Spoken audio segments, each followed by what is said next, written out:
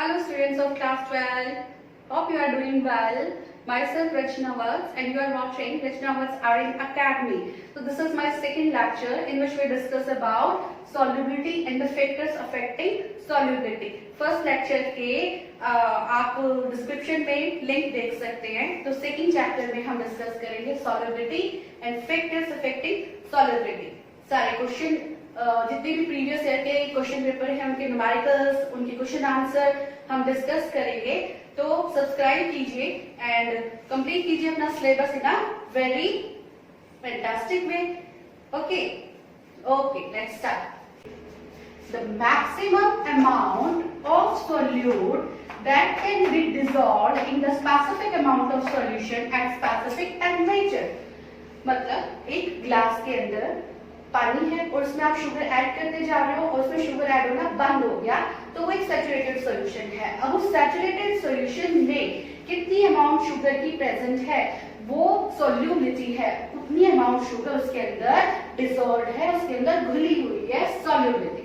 The maximum amount of solute present in the saturated solution, present in the specific amount of solution at specific temperature, that is known as solubility. Now the effect factors हैं कुछ जिनके ऊपर solubility depend करती है. कौन कौन से factors हैं? We are dealing with the solubility of solid in the liquid. Okay, तो कौन से factor? So factors affecting the solubility, वो फैक्टर्स जो सॉल्युबिलिटी को अफेक्ट करते हैं कौन कौन से होते हैं? नंबर 1 फर्स्ट है. The first is nature of the solute in the solvent. Nature of solute and solvent. इसमें we have to consider one line. एक लाइन को याद रखो, आपको पूरा कंसेप्ट क्लियर हो जाएगा. Like dissolve like means two type के solute and solvent होते हैं. कुछ polar होते हैं और कुछ non polar होते हैं. Polar means made up of ion. Polar solute can be easily, rapidly dissolve in polar solvent.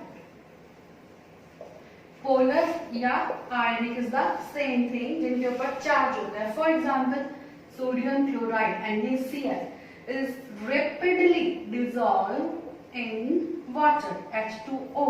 Both are ionic in nature. For example Na के ऊपर पॉजिटिव चार्ज है और क्लोरीन के ऊपर negative. Ionic polar compound. Water is also polar H positive OH negative. तो NaCl rapidly dissolve in water. Ionic compound ionic solvent में easily और rapidly dissolve हो जाएंगे. अगर हम कंसीडर करें शुगर, ग्लूकोज C6H12O6, ये कोवलेंट कंपाउंड है. This is covalent compound. ये इतनी जल्दी डिसॉल्व नहीं होगा जितनी जल्दी सॉल्ट डिसॉल्व हो जाएगा क्योंकि वाटर सॉल्वेंट है और वाटर आयनिक है नेचर में. तो इसमें आयनिक कंपाउंड इजीली रैपिडली और कंप्लीटली डिसॉल्व हो जाएंगे. शुगर एक कोवलेंट कंपाउंड है, ग्लूकोज फॉर एग्जांपल, तो इसको पूरा कंप्लीटली तो डिसॉल्व नहीं होगा और इसको डिसॉल्व होने में टाइम लगेगा, रैपिडली डिसॉल्व नहीं होगा. तो लाइक डिसॉल्व लाइक. जो आयनिक कंपाउंड है वो आयनिक कंपाउंड में इजीली डिसॉल्व हो जाएंगे. नॉन पोलर सॉल्वेंट में डिसॉल्व इजीली नहीं होंगे. कुछ एक और एग्जांपल देख लेते हैं. For example naphthalene. नैफ्थलीन एक नॉन पोलर कंपाउंड है तो ये it does not dissolve in water. ये वाटर में डिसॉल्व नहीं होगा, ये डिसॉल्व होगा नॉन पोलर सॉल्वेंट में जैसे CCl4, carbon tetrachloride, benzene, ether. All these are non-polar compound, non-polar solvent. Non-polar solvent में ही non-polar solute add होएगा easily and rapidly. Got it? Like dissolve like. जो polar है वो polar में dissolve होंगे, जो non-polar है वो non-polar में dissolve होंगे. Simple. Next है temperature. Temperature. ये बहुत इंपॉर्टेंट है, इसके ऊपर काफी क्वेश्चन आ जाते हैं आपके, it is must being asked in your competitive exam as well. तो टेम्परेचर में we have to discuss the two type of processes. One is endothermic. What do you mean by endothermic process? The process in which heat is absorbed by the reactant. Endo मतलब अंदर जा रही है, thermal मतलब heat. Heat जब reaction के अंदर जा रही है, एब्जॉर्ब कर रहे हैं, जब रिएक्टेंट हीट को एब्जॉर्ब करके प्रोडक्ट में चेंज हो रहे हैं, सोल्यूशन बना रहे हैं।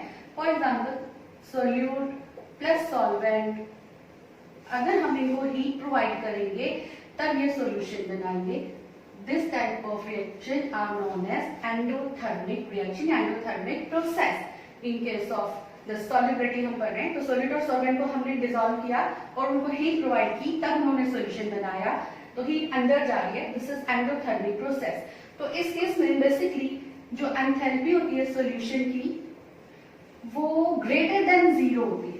ग्रेटर देन जीरो मतलब जो एंथैल्पी है सॉल्यूशन की वो पॉजिटिव है। तो जो सॉल्यूट होंगे उनकी सॉल्युबिलिटी इंक्रीज होगी with increase in temperature. The solubility of solute increases with increase इन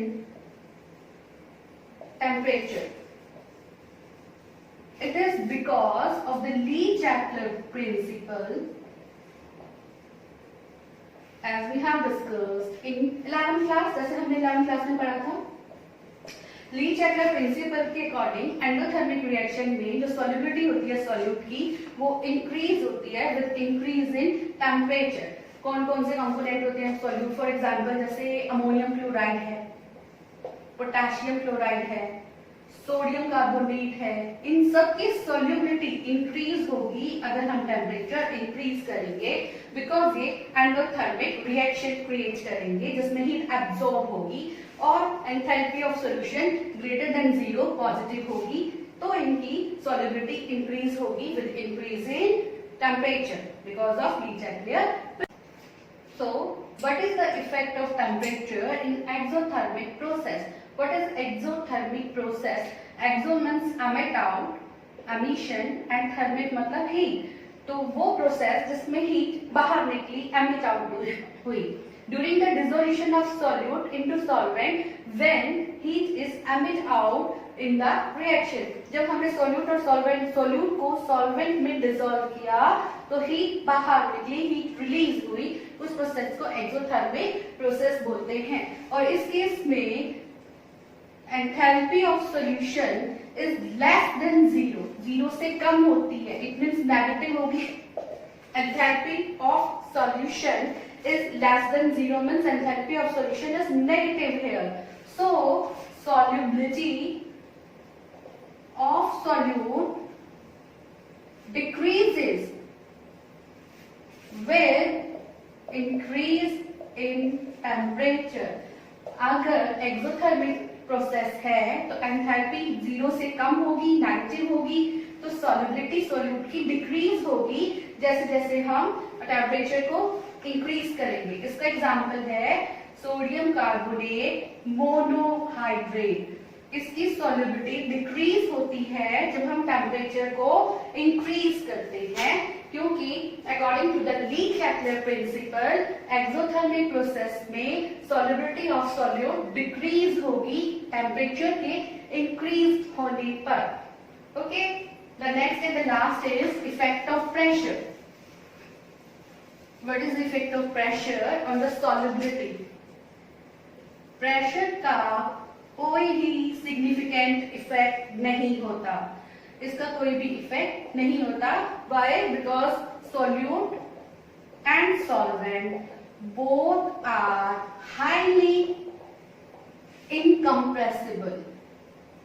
अगर हम सोल्यूट को कंप्रेस करें तो क्या वो कंप्रेस होंगे? नहीं होंगे। सॉल्वेंट भी बहुत कम होंगे, तो प्रेशर लगाने पर अगर वो कंप्रेस ही नहीं हो रहे तो प्रेशर का कोई इफेक्ट नहीं होता।